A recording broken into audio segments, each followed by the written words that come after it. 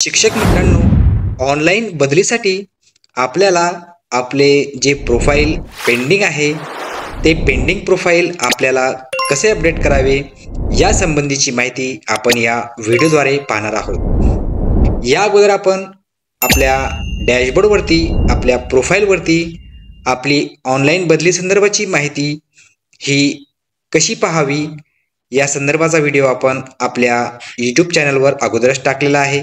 या व्हिडिओमध्ये आपण आपल्या प्रोफाईलला अपडेट करणार आहोत।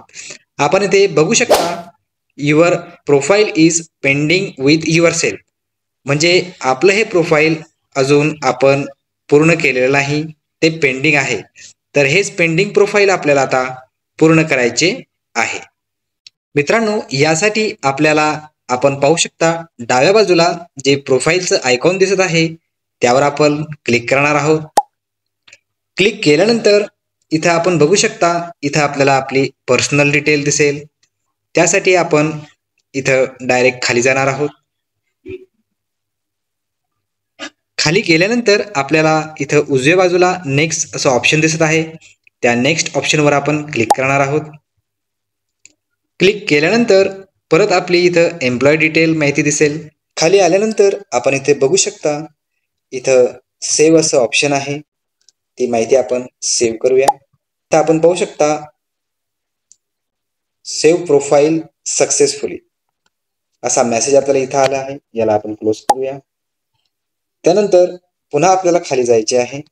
खाली गेल्यानंतर इथं उजव्या बाजूला आपल्याला सबमिट असं बटन दिसत आहे, त्या बटनावर आपण क्लिक करूया।